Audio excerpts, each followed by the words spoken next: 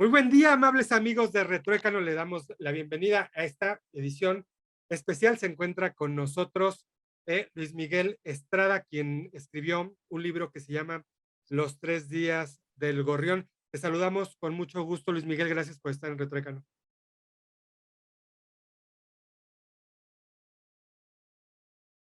Hola, ¿qué tal? ¿Qué tal? No, un gustazo estar por acá. Muchas gracias por la invitación. Julio, qué gusto saludarte. Magdiel, muy contento de estar por acá. Gracias.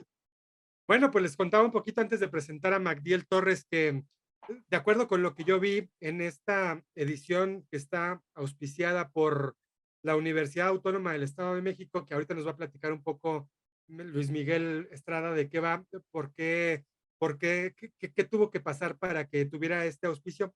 Yo encontré una historia de familia, pero también de amigos, una serie de relatos bastante interesantes. Hay un embarazo, una boda temprana, un divorcio, recuerdos ingratos también del acoso escolar de la infancia, el esfuerzo de los padres por salir adelante, por sacar adelante una familia y muchas otras cosas que hay en esta narración.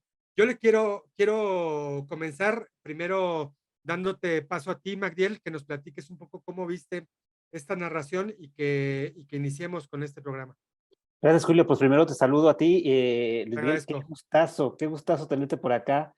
Este, Tú sabes que yo soy un gran admirador de tus narrativas, ya lo hemos platicado, y bueno, qué gusto de que ahora vamos a poder profundizar un poco más este libro. Les cuento a quien nos vea, a quien nos escucha, que este libro, Los 3 días del Gorrión, es merecedor de una mención honorífica del Premio Internacional de Narrativa Ignacio Manuel Altamirano. Recuerdo, Luis Miguel, que pusiste en tus redes que estabas muy contento porque esta mención permitía publicarlo, bueno, y corrígeme si me equivoco, permitía publicarlo, este libro que te era un tanto entrañable y que estabas como muy contento de la mención, aunque no hayas ganado el premio como tal, estabas muy contento por la mención porque te permite esto, publicarlo y la verdad es que fue un acierto porque es un librazo con historias, con personajes entrañables, que aparecen mezclados, porque los cuentos están ligados temáticamente, atmosféricamente, y a través de una premisa de preocupaciones muy puntuales, como ya decía Julio, que tiene que ver con las infancias, con el bullying, con las nuevas masculinidades, que quisiera después platicar un poco también de eso, si podemos. Pues para empezar, me gustaría preguntarte, digamos, los aspectos técnicos o anecdóticos del libro, cuánto tiempo te llevó escribirlo, cómo lo concebiste, porque vemos que no son relatos independientes, sino que están ligados entre sí y sin embargo se pueden leer de manera independiente. Entonces, que me preguntaras eso, cómo lo concebiste, cómo lo ideaste, cuánto tiempo te llevó escribirlo. Muchas gracias, Magdiel. Sí, fíjate que esto primero que comentas tiene que ver también con la estructura del libro, ¿no? Me da mucho gusto que el libro se haya podido publicar, porque realmente es un libro más o menos complicado digamos, proponer a editoriales, ¿no? O sea, ¿esto es cuento o esto es relato o esto es una novela fragmentaria o exactamente qué es, ¿no? Digo, bueno, es un libro que combina precisamente 4 relatos entrelazados, que curiosamente no concebía así, ¿no? Este es uno de los libros que más dolores de cabeza me ha dado, precisamente por el aspecto técnico. Yo no lo había pensado como un libro de relatos entrelazados. Había comenzado con el primero de los 4 cuentos que se llama precisamente así, Los 3 días del Gorrión, donde se plantea el problema central, ¿no? Un narrador tiene un hermano y el hermano está en una depresión porque acaba de tener una separación matrimonial, ¿no? Y esto lleva a una serie de discusiones y a una serie de cosas.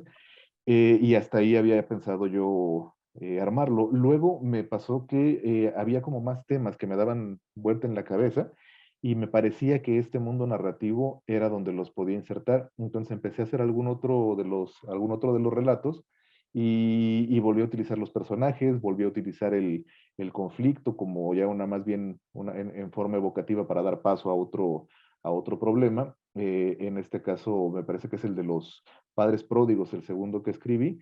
Y luego me pasó lo mismo, ¿no? Que me quedé con todavía algo más en el tintero pues, salió otro relato y otro más y varios, ¿no? De hecho originalmente eran como 5 o 6 relatos, pero llegado cierto momento me di cuenta de que estaba quizás estirando de más la liga, ¿no? O sea, que los relatos que dejé fuera del libro no estaban ya participando del mundo narrativo como yo quería que participaran.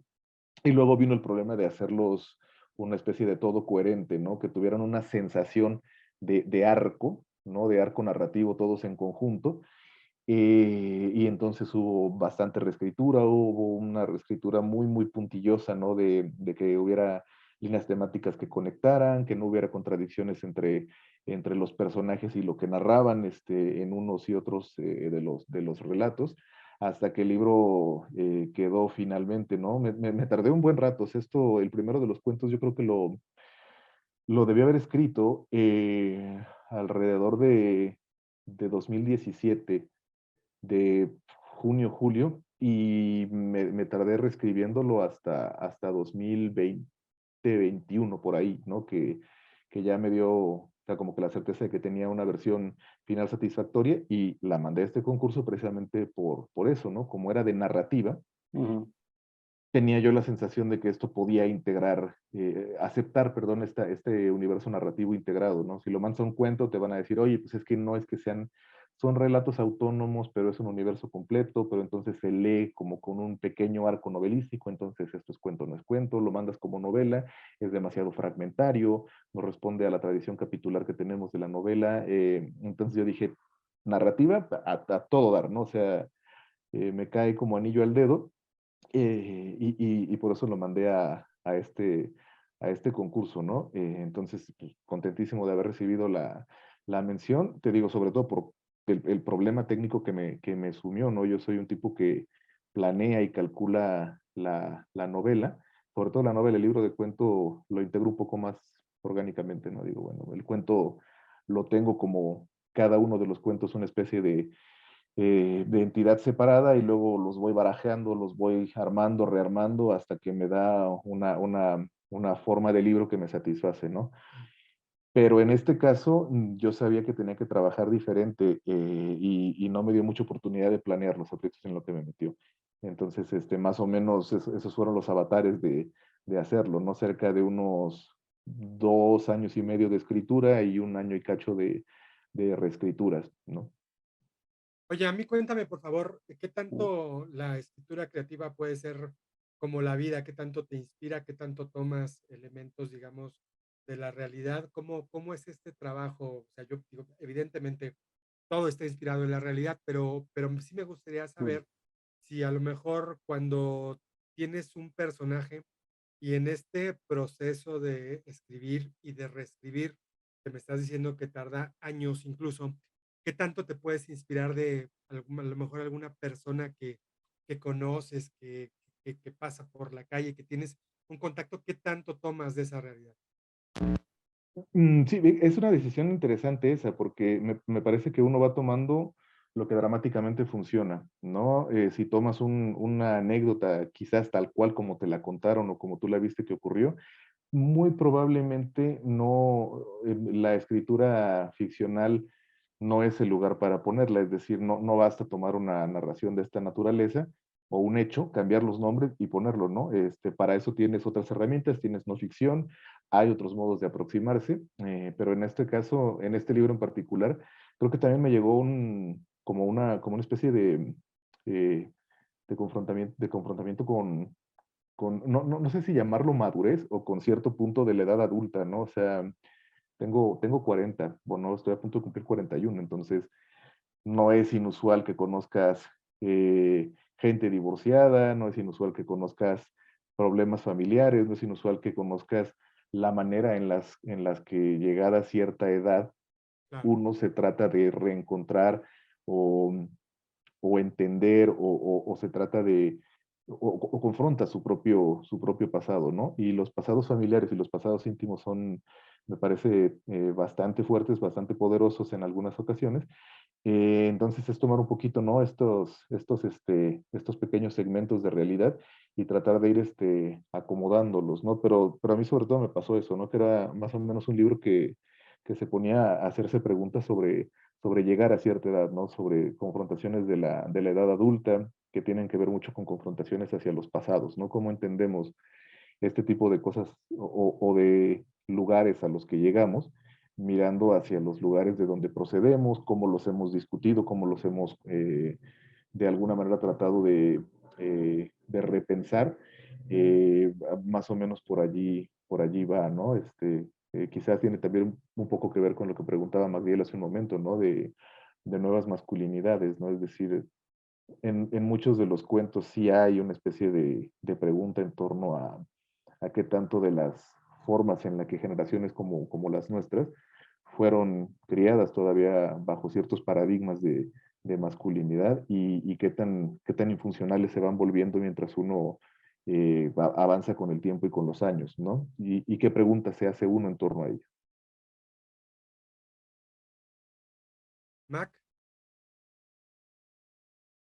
Me gustaría, antes de continuar cuestionándote, Luis Miguel, hacer una pequeña sinopsis de tu libro para que quizás quienes nos estén viendo eh, pues sepan de qué estamos hablando y la particularidad de la que hablamos al principio sobre si sobre la cuestión genérica, ¿no? El libro está integrado por tres historias, digámoslo así, este, cuatro. perdón, cuatro historias.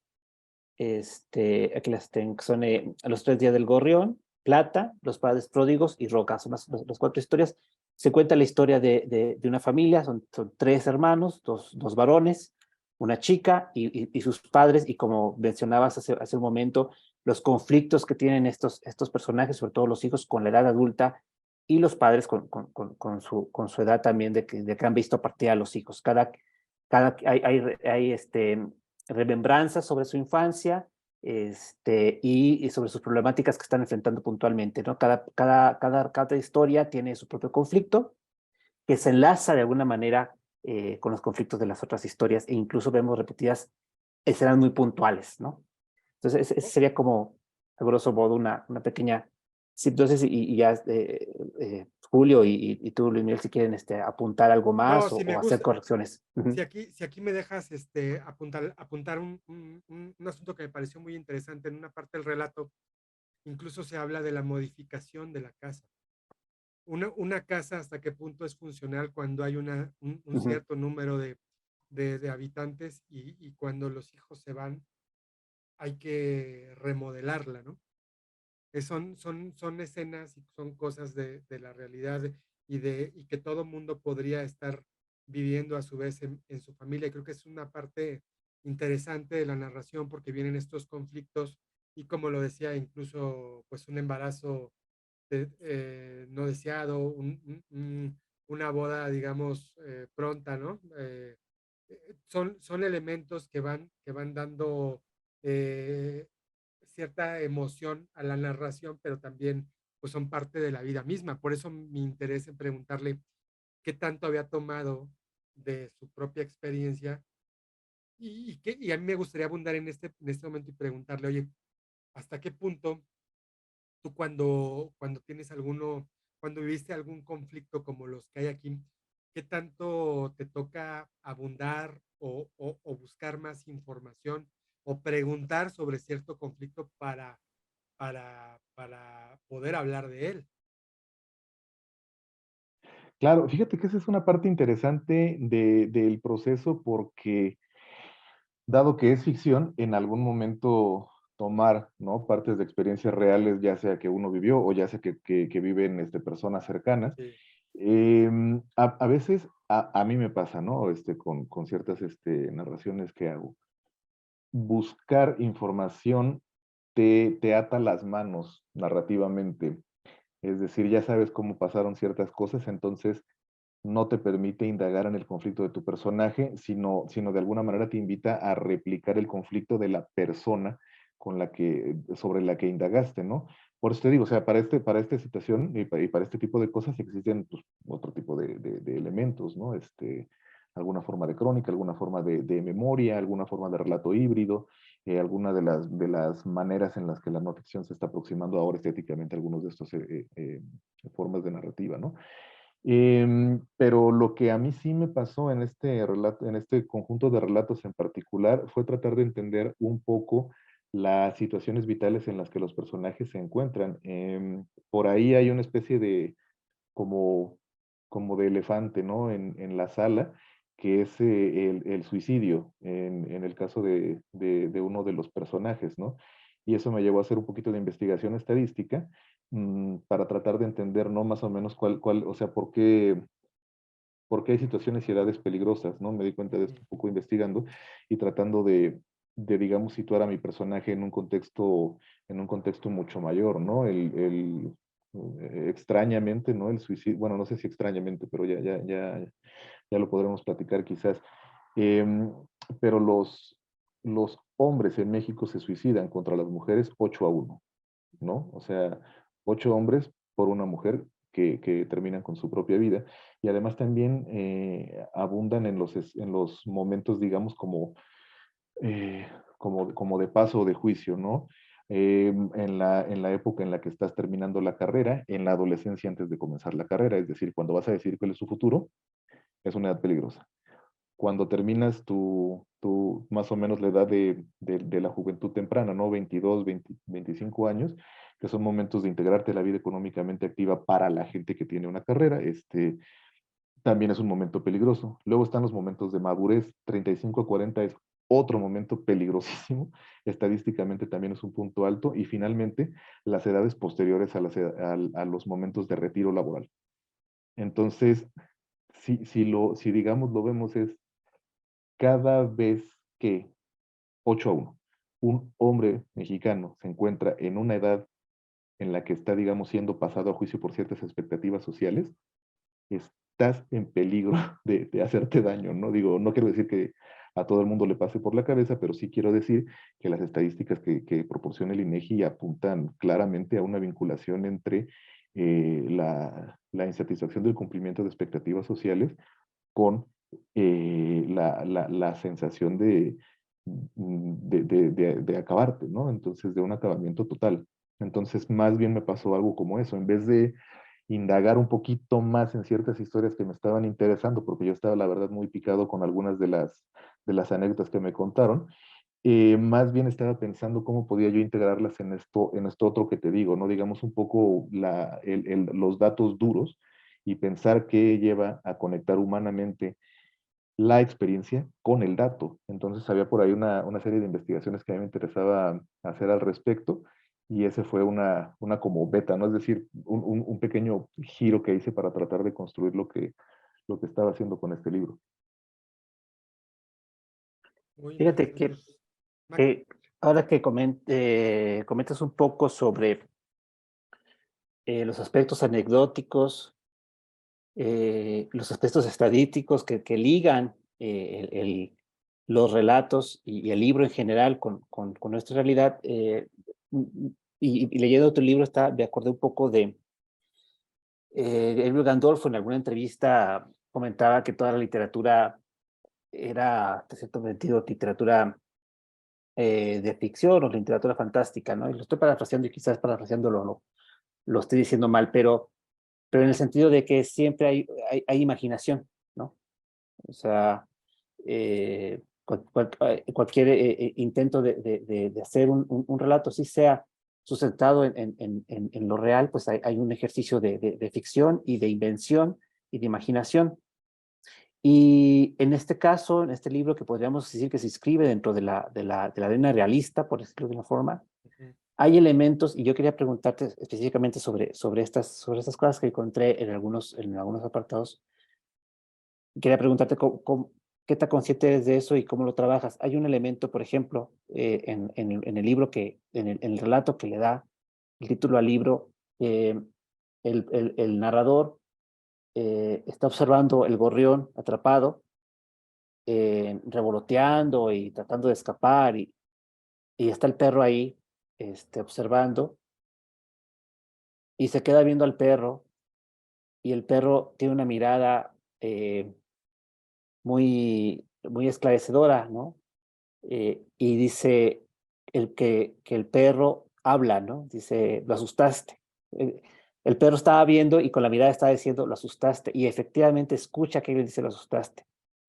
Yo por nombrarlo porque no supe de qué manera nombrarlo, estaba pensando como una especie de estrategia de, de, de, de, de presencia fantástica defraudada, ¿no? O sea, hay una presencia fantástica ahí, que el perro habla, pero te defraudas porque te das cuenta enseguida que el quien habló es el hermano que aparece detrás y es el que pregunta, es el que le dice, lo asustaste. Entonces, ese pequeño golpe, esa estrategia como para sacudir al lector, ¿no? ¿Qué tan consciente eres de estas estrategias de las que está lleno el libro y cómo lo logras, ¿no? Sí, fíjate que estas estrategias son muy deliberadas y son precisamente pequeños defraudamientos para que el lector continúe allí.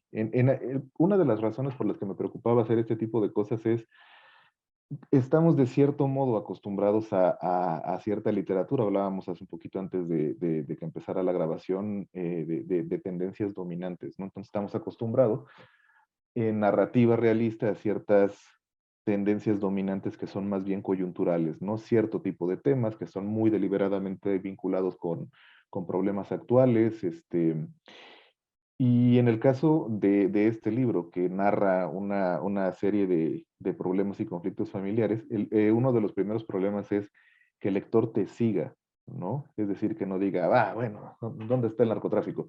O ¿dónde está la corrupción política? ¿No? Ah, al carajo con eso, ¿no?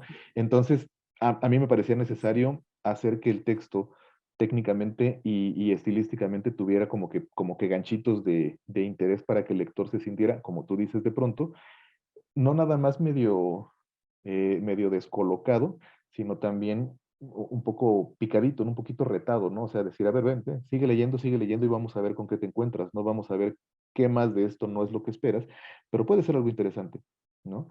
Entonces, algunas de esas estrategias responden a eso y algunas otras, tratan también de mantener como vasos comunicantes entre los cuentos, ¿no? Pero sí, no, en ese sentido fueron estrategias un poquito deliberadas de mi parte, ¿no? Digo, o sea, que mi intención era hacer esto, ¿no? Además, también es una cosa que yo platicaba con algún colega, que también, o sea, como que desde que uno publica como autor michoacano, ya hay como una especie de predisposición, ¿no? Así de, déjame ver con qué descabezado me sale ¿no?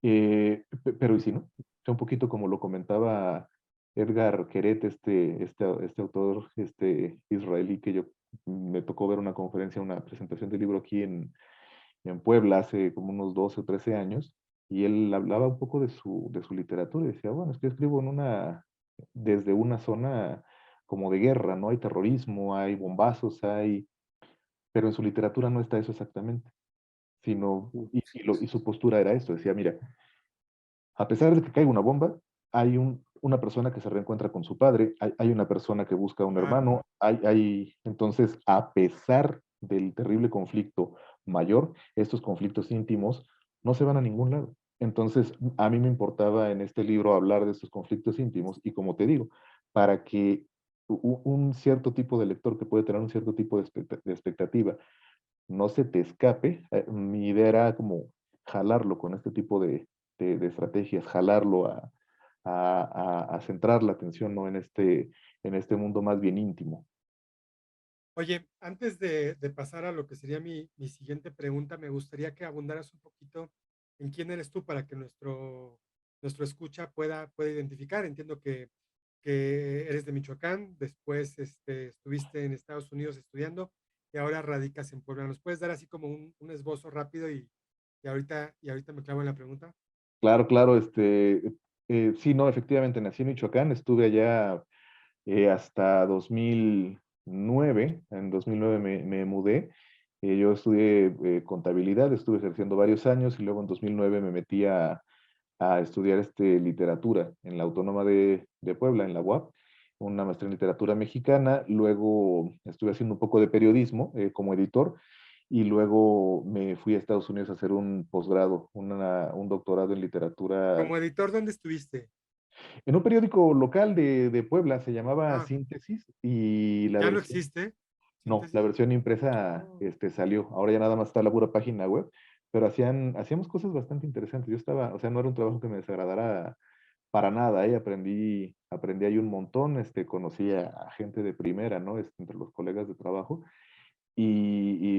pero realmente me interesaba más seguir por la beta literaria, y la verdad es que a mí la academia me abrió o sea, como un espacio bien interesante, ¿no? De convertir mucho de lo que yo hacía, ¿no? Como lectura reflexiva en lectura crítica, y luego convertirla en investigación, y luego convertirla en docencia. Entonces así fue también un poquito como regresé a México en 2019, me dieron la beca del Sistema de Creadores de Arte, del FONCA, y con eso me regresé con mi esposa en la mitad del estallido de la pandemia. Llegamos acá en mayo de 2020, y luego empecé a trabajar a través de estancias postdoctorales con BUAP, y aquí estoy trabajando un poquito con la Autónoma de Puebla, con algunos proyectos de posgrados, y alguna que otra cosilla también de investigación. Entonces, así, en resumidas cuentas, más o menos sí, así fue el trayecto. súper interesante el tema de que, bueno, a mí llama mucho la atención que hayas estudiado contabilidad, ¿No? porque Y yo te ejercí un montón. conozco, porque yo te conozco desde antes de que empezaras a estudiar y desde Ujú. entonces ya quería ser escritor, entonces me llama mucho la atención. Ahorita contamos esa historia, pero bueno, a lo que iba a ir, perdón, Magdiel, que abuse del tiempo, pero ¿cómo le haces cuando, no sé si tú lo identificas, digo, me parece que sí, pero tú sabes la trampa de preguntar. ¿Cómo le haces cuando tienes una frase que es muy buena y que sabes que puede destacar? A mí me parece que hay de repente puestas unas frases que me parecen hasta filosóficas y me permití tomar un par Ah, para, a ver, a para, ver. para, para que nuestra audiencia pues se lleve un poquito de este libro tuyo, que además vamos a poner la liga porque está disponible gratis. Sí, Entonces lo vamos a poner aquí para que la gente lo pueda descargar e incluso si empieza a ver la conversación, pues dice, bueno, lo puedo ver o la pausa y lo vamos a alertar que lo puede leer para que después entre a ver la conversación. Dice una frase que me llama mucho la atención: nadie ha escrito todavía un tratado sobre un alma que sana sin huellas de fracturas. Me parece una frase muy poderosa. Y otra que encontré en la página 86: la memoria de los niños tiende a recordar distinto que, que la de sus papás. Cada cual se especializa en su propio dolor, en su propia ujú. parte. Muy interesante. Cuando tienes una frase de esta fuerza, de este poder, ¿cómo la administras? Lo que pasa es que muchas de esas frases no surgen de la narrativa, sino surgen de la planeación de los cuentos, ¿no? Entonces, algunas de esas frases corresponden a la parte en la que estoy tratando de condensar al personaje. La primera es del segundo cuento de Plata, y era para mí una de las formas en las que yo tenía como condensado al personaje de la hermana menor, ¿no? Nadia. Entonces, A ver, pero entiendo que sí eres consciente del poder de estas frases.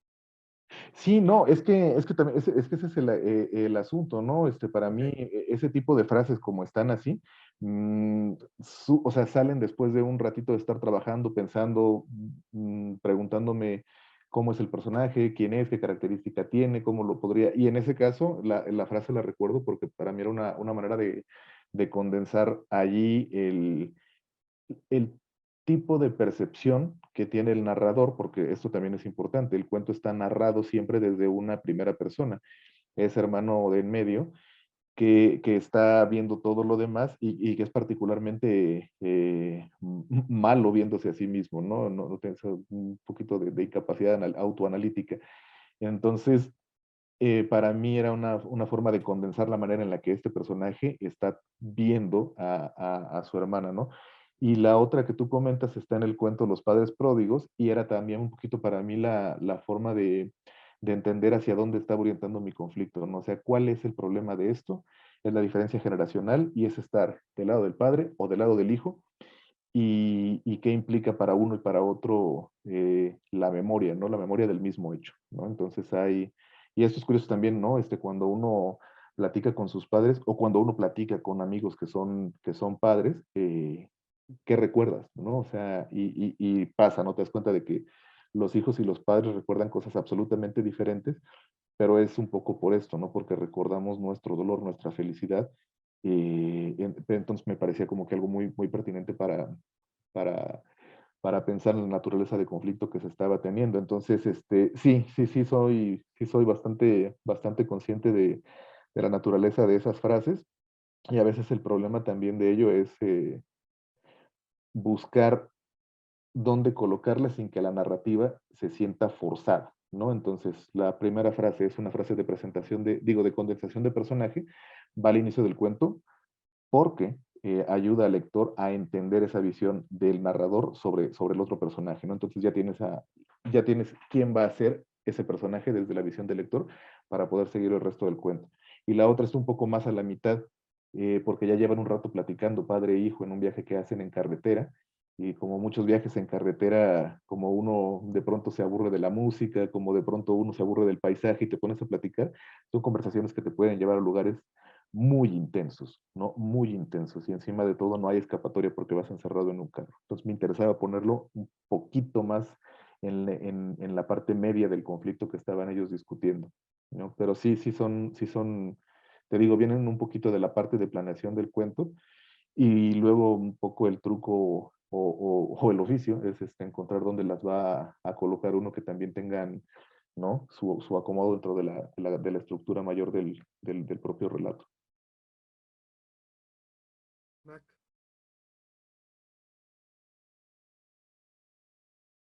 Mac. Bueno, si no yo puedo continuar. Oye, ¿qué tanto, no sé si nos puedas platicar, qué tanto es bueno y qué tanto puede ser un vicio y qué tanto puede ser, dónde está la línea en qué tanto puede ser malo, digamos, escribir con el objetivo de tener una mención o ganar un premio?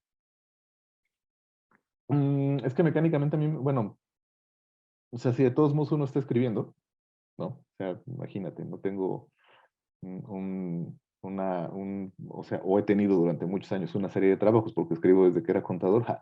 Entonces, si uno lo va a estar trabajando de cualquier modo, a mí no se me hace para nada una mala idea, obtener algo, ¿no? Hacer, digamos, que tu tiempo valga, ya sea por una situación económica o por una situación de reconocimiento, ¿no? Porque esto fue el caso, ¿no? O sea, realmente la mención no honorífica no incluye ninguna Sí. retribución y la publicación del libro es un libro de descarga gratuita, o sea que los ejemplares físicos que uno tiene realmente no es que te vayas a hacer como rico o que vaya a haber una paridad, ¿no? Entre lo que ganas. ¿Cuántos se imprimieron? Se imprimieron, no me acuerdo si 500 o 1000. No me Ok. acuerdo si Y de 500 esos te o 1000. tocaron una parte. Sí, sí, pues ya me sacaron, me tocaron como 50, o sea, ya los voy a pedir por 50 más, ¿no? A ver si todavía hay. Ok. Porque encima de todo esto tengo que decirlo, es una edición bellísima. Está el PDF de ¿Nos la puedes enseñar descarga. un poquito? Sí, estoy, fíjate que precisamente buscando aquí para que se note dónde están mira, por ejemplo, esta es el primer Oh, cuento y viene con estas está muy padre el diseño, ¿eh? ¿Quién lo No, hizo? ay, híjole, ¿cómo se llamaba? No, me voy a ¿Pero tratar. es de la universidad Es de la universidad, ok? tiene un diseñador fantástico, me parece que se llama Alex, si no me falla la memoria.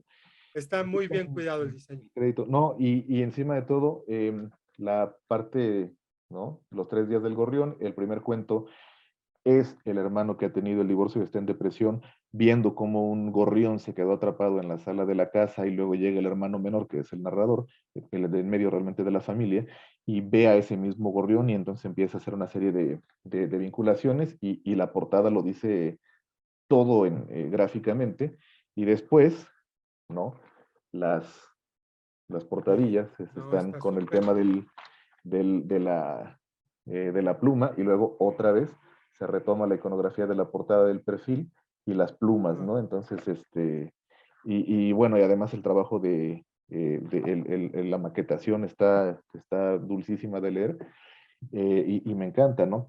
Y precisamente eso es a lo que voy con lo que me preguntabas, ¿no? ¿Qué tanto bueno o malo escribir para ganar un cuento o una mención?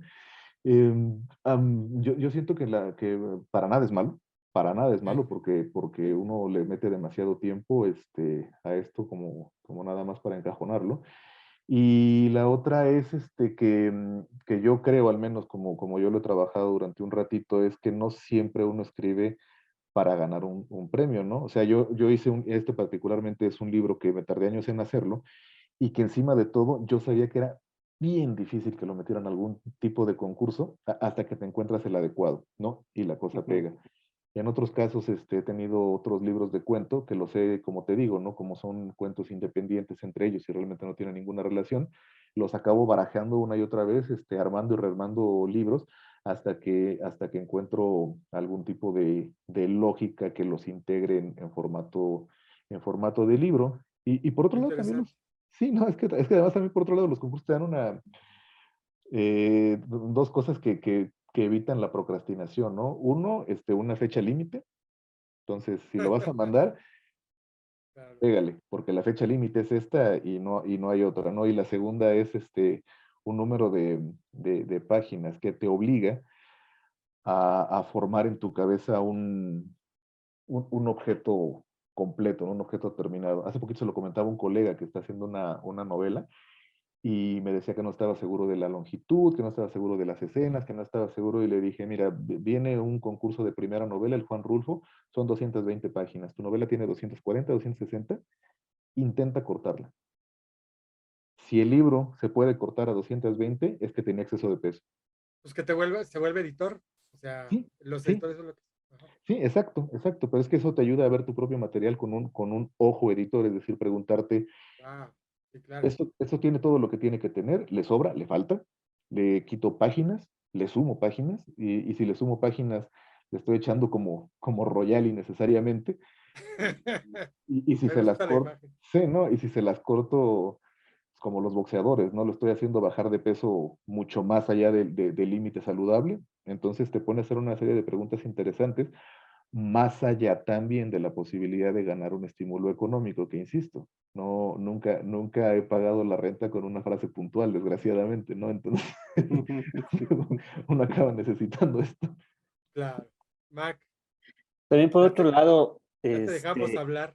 sí, gracias, gracias. ¿Qué También por tal? otro lado, Luis Miguel, no sé si, qué te parezca la realidad en la que ahorita están muchos escritores, en la que, sobre todo en México, no hay parece que no hay otra opción o, de publicar que no sea bajo concurso. O las otras opciones que existen que no son concursos son limitadas y son escasas, ¿no? No solo estos concursos en los que te dan un premio económico, en los que te dan la publicación del libro y que te dan un prestigio, sino también estos concursos de, de consejos editoriales, ¿no? Que Ujú. son, con recursos públicos, y entonces una manera de democratizarlos es pues lanzando un concurso, ¿no? Y, y hay colecciones, etcétera, ¿no? En tu caso, ¿qué libros has publicado que no sean bajo concurso, por ejemplo? Publiqué en Morelia con Editorial Gitanjáfora, publiqué dos, eran unos libros de cuento que fueron realmente mis primeras publicaciones, y de nuevo, ¿no? Para mí lo que más me sirvieron fue ver cómo es que otra persona, un editor, valida tu trabajo, ¿no? La gran opción ahorita, además de lo que tú comentas, ¿no? Las publicaciones bajo algún tipo de formato de concurso es la autopublicación. Tú te vas a Amazon, sacas tu usuario, haces tu maquetación con el software que por ahí se utiliza, ¿Tú y ya ya. lo hiciste eso? No, fíjate que no, Mm, no lo he hecho, no lo he hecho, ok. pero lo voy a hacer. El asunto con esto es que voy a autopublicar algunos de los libros que ya pasaron por un editor, porque a mí me parece súper necesaria la figura de un editor. Qué bueno que lo Claro. mencionas, Sí. porque justamente ese tema es algo que recurrentemente hemos tocado en Retroécano. Ujú. Nos gustaría, digo, ya dijiste que sí es necesario un editor, pero me gustaría que abundaras. ¿qué hace un editor en una obra? ¿Qué aporta? Primero, aporta el primer lector crítico. No hay, cuando uno pone el libro públicamente, tú no, o sea, tú realmente no siempre tienes retroalimentación del lector. Y muchas veces la retroalimentación, buena o mala, no afecta a la obra. Entonces, antes de que la obra sea pública, tú tienes a una primera persona crítica que te va a hacer sugerencias de cambios de redacción, cambios de puntuación, que te va a hacer sugerencias de si un cuento o una parte está muy larga, muy corta, que se lee de una manera diferente también a la situación de taller. Dime, Julio. Es decir, es forma y es fondo y digamos, es una negociación, según lo que me estás Miran, diciendo. los manuscritos con editor se rechazan. O sea, si el manuscrito no está funcionando, te lo rechazan y no te lo publican. Y de nuevo vuelvo yo, a lo mejor te digo, es mi formación contable, pero a mí no se me hace una mala idea que te rechacen un manuscrito, ¿no? ¿Por qué? Porque A ver, publicar un libro, ahí no lo entendí, discúlpame que te pida que lo vuelvas a decir. Un manuscrito con editor, ¿a qué te refieres? o sea que si hay un editor de por medio y tú mandas un manuscrito, Ah, ya, existe la perdón, ok. posibilidad de Ok, que se rechace. perdón, había entendido como que un trabajo de autor ya con edición se rechazaba, perdón, Ah, no, no, no. no, no, no. Entonces, nada más, un editor, digamos, paga la redundancia de un editorial, puede rechazarte un texto, claro, sí, Ah, no, sí, no, y de ok, cajón, o sea, ve las primeras 3 páginas y dice, hombre, este manuscrito está sin cuidado ninguno, no tiene mucho sentido, 4 páginas y me aburrí. claro, sí, Pero te digo, aquí también hay otra cosa, ¿no? La situación que te digo de mi mente de contador que no se me va nunca, para bien o para mal, mm, es que toda edición implica un costo financiero, ¿no? Incluso si es del erario público. Entonces, una responsabilidad del editor es pensar esto, ¿no? La materialidad del libro. ¿Realmente vas a meter esto a una imprenta y vas a gastar papel y vas a contratar gente o vas a wow, poner a trabajar a la sí, gente que ya está contratada, vas a convertir esto en horas, en horas gente? Es una decisión importante, ¿no? Y un manuscrito lo tiene que aguantar. No es, a mí sencillamente no me parece que los escritores, perdón, que los editores sean sangrones, sino que hay un poco sí, más de lo que los escritores reconocemos sobre el peso de la realidad que tienen sobre sus hombros, ¿no? Y este es financiero. Hay que apostar para que un libro a lo mejor se venda suficiente y que uno salga al menos tablas, ¿no? Sobre todo ahorita que platicamos de editoriales independientes, ¿no? Hay que salir tablas al menos, ¿no? Y si viene de más, qué mejor, ¿no? Entonces para mí eso es súper importante de la figura del editor, cosa que no siempre pasa con la autopublicación. Tú puedes autopublicar el texto que te rechazaron 8 editores y, o sea, bueno, digo, y porque yo he pagado, ¿no? Textos autopublicados, em, y uno de alguna manera se impresos, da, no, impresos, en formatos electrónicos, ok. y uno de alguna manera dices, bueno, es un volado, ¿no? Comprar, si de por sí siempre es un volado comprar un libro, a veces los Ujú. autopublicados tienen ese extra, ¿no? Que Pero no tú sí lo pasaron vas a por. hacer, o sea, si vas a hacer una historia y la vas a meter en autopublicación en Amazon. No, es que es uno de los libros anteriores que tengo, entonces como Ah, no ok. se reeditó, pero que ya fue editado, digamos, ya ya, pasó por el sí, proceso ya editorial. pasó. Creo que Magdiel también tiene algo así. Ok, entonces, oye, Sí, sí, sí. muy Sí, interesante. Mac, sí, adelante, Mac. No, no, no. Volviendo un poco al tema es que me quedé pensando en el libro, Ujú. en Los Tres del Gorrión, y algo que quería comentarte, cuando yo empecé a leer el libro, llegué pensando que era una novela, no sé por qué, ¿no? yo Y también, yo también, tengo que reconocer. eh, después me di cuenta que eran relatos, pero, pero me impresionó pensar la sensación de que conocías bien a bien, como autor del texto, todos los vericuetos de esa familia, todas las zonas de la casa, los lugares en las que uno, pues es gente, ¿no? En las que uno vive, ¿no? Y conforme fui avanzando en el libro me di cuenta por qué era tan necesario esa densidad de, de información que uno intuye que está por ahí, ¿no? Y es interesante que nos digas cómo fue construido al principio, que dijiste cómo te fuiste, un tema te llevó a otro, y fuiste como descubriendo, o te fue revelando la historia, ¿no? ¿Cómo escribes en este sentido? ¿Vas como revelando la historia, como quitando, sí, como a ir alumbrando, para hacer una metáfora con la casa, ir alumbrando los espacios de la casa y descubrir ahí los personajes, los conflictos, las intrigas? ¿O si tienes un mapa mucho más visualizado antes de ponerte a escribir la trama como tal? Em, Usualmente tengo un mapa muy claro, pero te digo, mi problema con este material es que me agarró a mí de bajada. Entonces, yo tenía planeado y pensado el primer cuento y los otros no. Entonces, cuando fueron surgiendo, necesité hacer, como te digo, bastante reescritura, porque entonces salían como cosas que sonaban como lagunas de información en algunos de los, digamos, en el segundo o tercer cuento. Entonces tenía que regresarme al primero, reescribir alguna frase, reescribir algún espacio, reescribir alguna relación familiar, reescribir algún pedazo anecdótico para que cobrara sentido con el resto del material. Y cuando ya tenía más bien la noción de que tenía que integrarlo todo, en algunas ocasiones fue al revés, ¿no? Los cuentos que estaban más al final necesitaban tener una cierta, si no claridad, al menos una indicación cronológica de dónde se situaban en todo lo que había pasado. Entonces había que meter ligeros, estos que le llaman en inglés signpostings, ¿no? O sea, como señales de Ujú. tránsito, ¿no? Para indicar transcurso de meses, para indicar transcurso de años, para indicar transcurso de espacios, para indicar cosas, ¿no? Cosas como hace 8 meses que no platicaba con, y ya, entonces dices, ah, claro, se refiere al otro cuento, ¿no?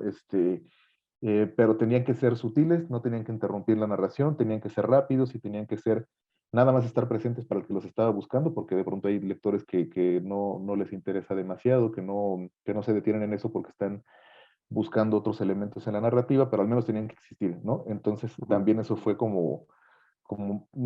es que te digo, esto fue una parte un poco extenuante de la reescritura, ¿no? Hacer que un primer cuento que había sido planeado también funcionara para hacer como una especie de semilla, ¿no? De un pequeño conjunto narrativo eh, que cobrara sentido, ¿no? Y que tuviera como coherencia, ¿no? Entonces hubo que reescribir el primero y luego hubo que reescribir el cuarto y luego el segundo y el tercero estuvieron cambiando de lugar y luego había un cuento más y luego no lo metí y luego entonces te digo, sí fue como que una especie el primer cuento de semilla, de la cual el resto de los materiales germinaron, ¿no? Ok.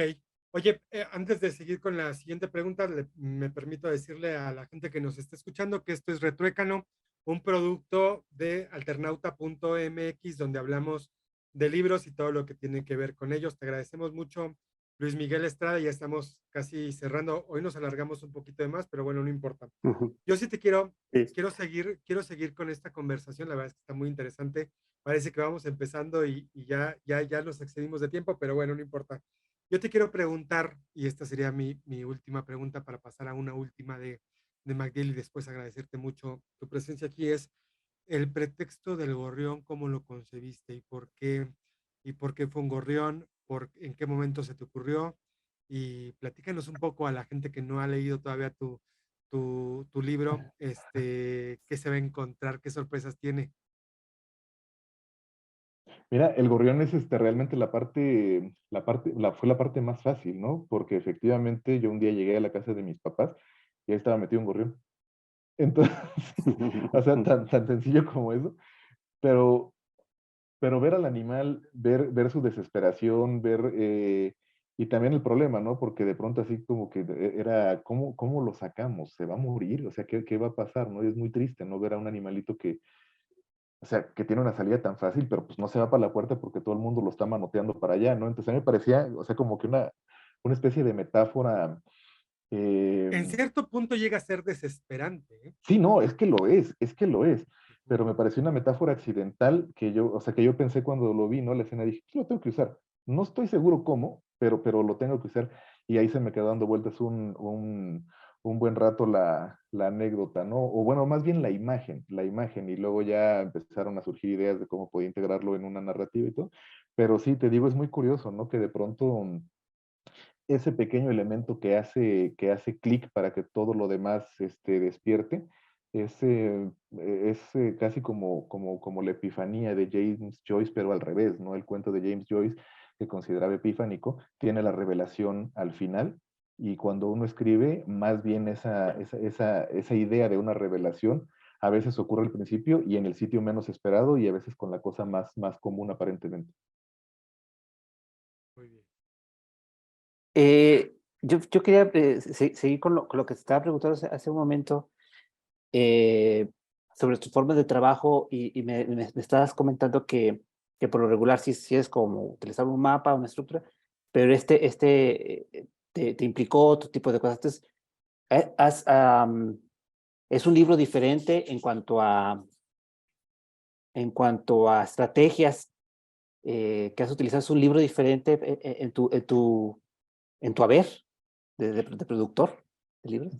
Sí, fíjate que es bastante diferente por dos razones, ¿no? La primera es por todas las situaciones estructurales que hemos comentado, ¿no? No había hecho relato entrelazado. Bueno, había intentado hacer, pero no me había salido muy bien. Creo que es una cosa que todo el mundo promete y nunca te sale, ¿no? Y un concurso. 4 cuentos o 5 cuentos que formen un universo, pero que Es que, autónomos y todo.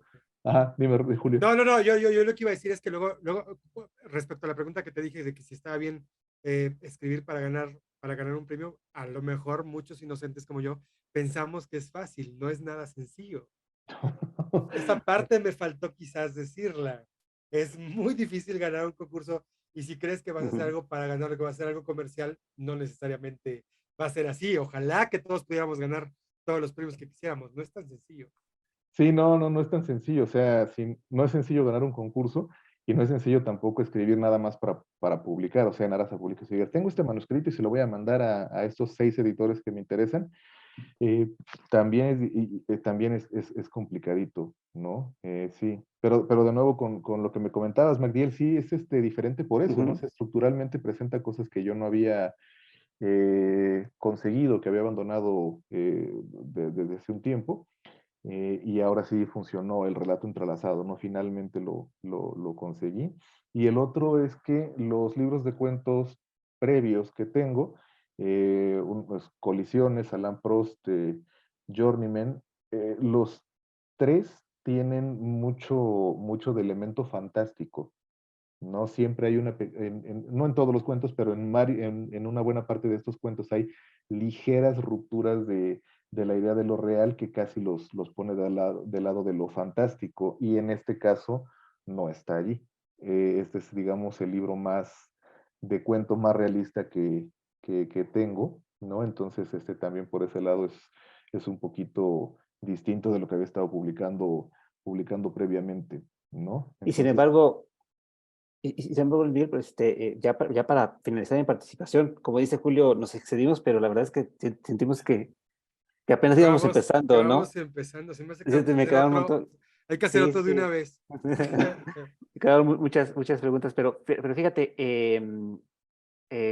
comentando esto que dices de qué es quizás lo más realista y que hay ciertos elementos fantásticos en otras obras tuyas, y quisiera ahorita a manera de recomendación hablar de otros libros tuyos, de otros, este, aún así, siempre hay esta idea de que algo peculiar ha pasado, mm, algo digno de contarse, ¿no? Tiene esta vieja estrategia que es tan vieja como la manera de decirte, mira, me pasó esto y ahí te va, de no creerse, ¿no? No te puedes creer lo que me pasó. Fíjate con quién me encontré, ¿no? Y le cuenta su historia, ¿no? Historias dignas de contar, historias que pasan en la vida diaria, mm.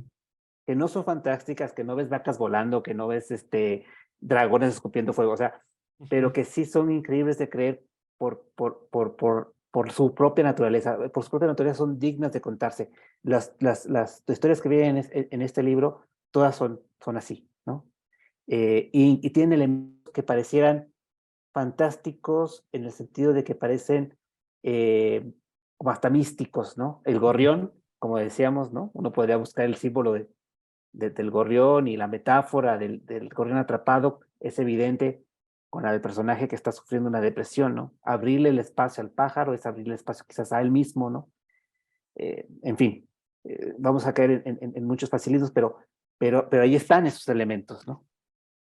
Y, y para finalizar, me gustaría, volviendo al tema de que sí es algo diferente desde su concepción, que te implicó también otro tipo de esfuerzo al que no, quizás no estabas acostumbrado con tus otros libros, sí hay elementos en común. Habríamos hablado de las nuevas masculinidades, que ya no ahondamos mucho en eso, pero por ejemplo en Alan Prost es Claro. el cuento de estos dos hermanos, ¿no? Esta complicidad entre hermanos está en Alan Prost y está acá, ¿no? Ajá. Sí, sí. Y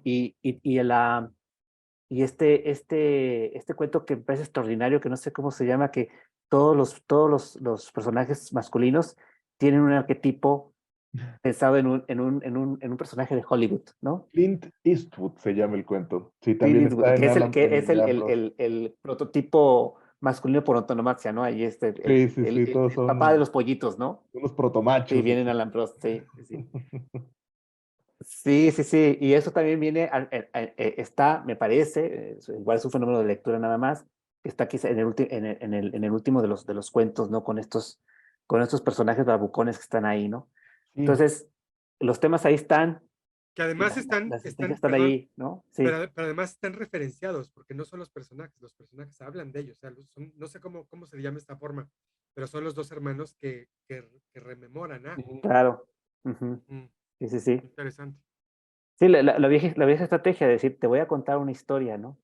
claro, ¿no? Es que eso ¿No? también a mí de pronto me interesa mucho la manera en que el cuento puede también tener esas estructuras naturales del lenguaje, pero que técnicamente te ponen en un reto, ¿no? Una narración enmarcada, un lenguaje reportado indirecto, un conflicto pasivo, ¿no? O sea, que tú tienes al personaje uno y dos hablando y hablan de un problema que aparentemente, o sea, que está en otro lado, pero que los implica a ellos, ¿no? Entonces no es que el conflicto principal aparezca entre los dos personajes, sino que está en otro sitio, pero es un conflicto que está allí, no es un conflicto pasivo. Entonces, sí, oye, me gusta que hayas hecho la relación con los asuntos de las masculinidades con el de Alain Prost, que es un libro que le tengo mucho cariño por un par de situaciones, pero sí es sí es un vaso comunicante muy, muy claro, ¿no? O sea, el pensar de qué manera uno crece pensando que ciertas cosas son normales y naturales y luego cuando te das cuenta pues no, o sea, o quizás no fueron las mejores formas de crecer, ¿no? Entonces también esos son puntos de cuestionamiento que llegan a ciertas edades, ¿no? Perfecto. Muy bien, pues les agradecemos mucho. Ya nos extendimos mucho. Parece que estamos en vivo con Ricardo Rocha y ya son las 6 de la mañana. No. Oye, Luis Miguel, pues a ver cuándo vienes y te integras a Hablando la de mesa. cuarentones, referencias hablando de Claro, cuarentones. por supuesto, yo también tengo las vías. Luis Miguel, a ver cuándo vienes y te pones en la mesa de Retruécano para platicar con algún autor que invitemos. Claro, no, con gusto yo ya que me dé una escapadita para Morelia, les comento y nos ponemos de acuerdo y encantado. Donde estés, puedes participar, no Claro, importa. bueno, sí, eso sí. Oye, pues, oye, te quiero agradecer mucho que hayas estado con nosotros. Muchas gracias, Magdiel, por haber estado, por haber leído Los 3 días del Gorrión, un libro que, por supuesto, que les recomendamos mucho. Vamos a dejar la liga, los invitamos a que se suscriban y le quiero mandar un saludo muy afectuoso a la persona que me llevó a conocerte, que es tu hermana Rosa Marta Estrada. Le Claro. quiero mandar un saludo con todo mi cariño. Tiene muchos años que no la veo, pero te mando un besito, Rosa Marta. Estoy a la distancia, pero estoy cerca. La verdad es que la recuerdo con mucho cariño. Le tengo mucho cariño a tu hermana. Y pues, Excelente. un último mensaje que nos quieras decir para la gente que quiera o que esté pensando en leer Los 3 días del Gorrión, ¿qué más puede saber de ti? ¿Qué mensaje le? Bueno, más bien, bueno, primero agradecer, Julio, la invitación. Magdiel, como siempre, me encanta platicar contigo. Eh, y pues nada, ¿no? O sea, la invitación es a la lectura y también el libro está, insisto en esto, ¿no? Como tú lo has hecho, en descarga gratuita, ¿no? Porque luego uno ve un libro y dice, ay, ¿dónde me lo voy a conseguir? A veces los autores, digamos, locales tenemos ese tipo de problemas, que los libros no circulan tan fácil, pero pues ahí está, ¿no? Y entonces le podemos entrar bonito, está en PDF, muy cuidadito, y uno se lo puede llevar en el teléfono para todos lados. Entonces, nada más eso, ¿no? Y pues muy agradecido. Quédense con nosotros en www.alternauta.mx y en 8 días tenemos otro Retruécano. Muchas gracias. Luego.